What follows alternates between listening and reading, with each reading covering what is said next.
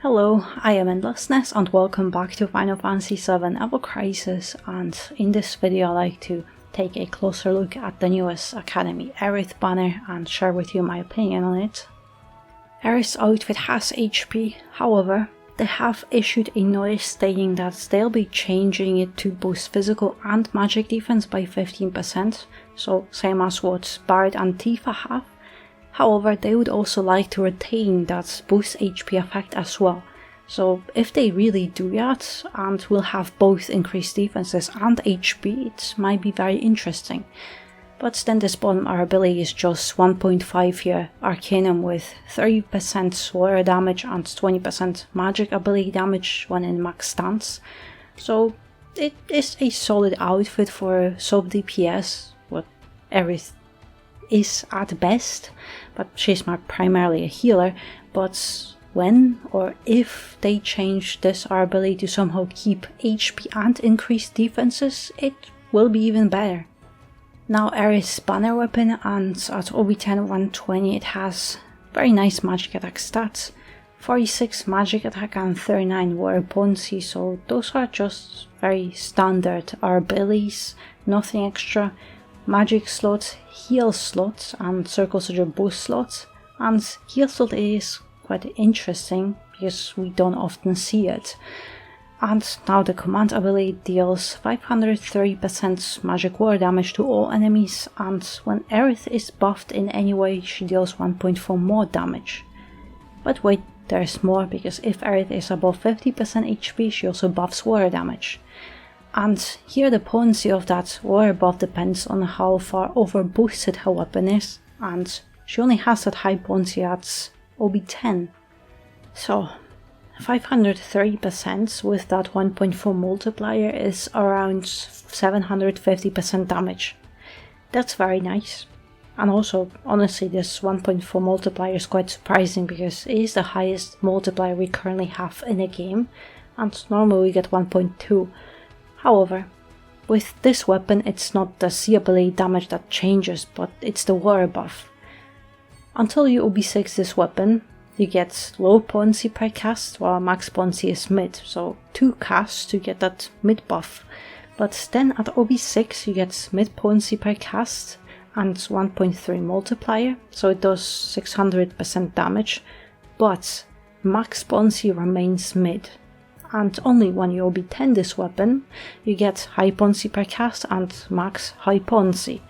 And also, between OB1 and OB6, the buff duration remains the same. So it's similar to Zack's Black Whiskers when you need OB10 for that high potency water debuff, because OB6 plus gives you only mid debuff. However, this weapon is limited, and with limited weapons, usually that sweet spot is OB6, where you unlock higher potency per cast and also higher max potency, but that's not the case here. And in my opinion, OB6 upgrade barely gives you any benefits other than higher abilities and mid potency per cast, but max potency remaining unchanged really hurts, and it's that OB10 that gives you a huge upgrade with high potency buff. I don't know what to say. It feels very scummy that they lock high potency behind OB10, because it feels like now you either OB1 this weapon or you OB10 it, because OB6 plus the ability just doesn't give you enough upgrades to be worth it.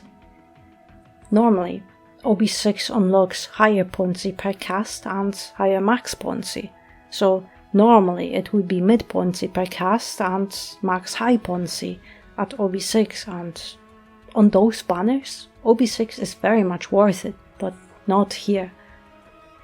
The only thing that redeems it is that guaranteed OB10 in 2 pages, but I still don't find it okay, and I most certainly hope that this doesn't become a standard for future banners, and actually I'm very worried because we all can see what they are doing, how predatory the game has become, and the power creep isn't stopping, it's still gaining speed. I know, I don't want to spread doom and gloom, I'm just worried.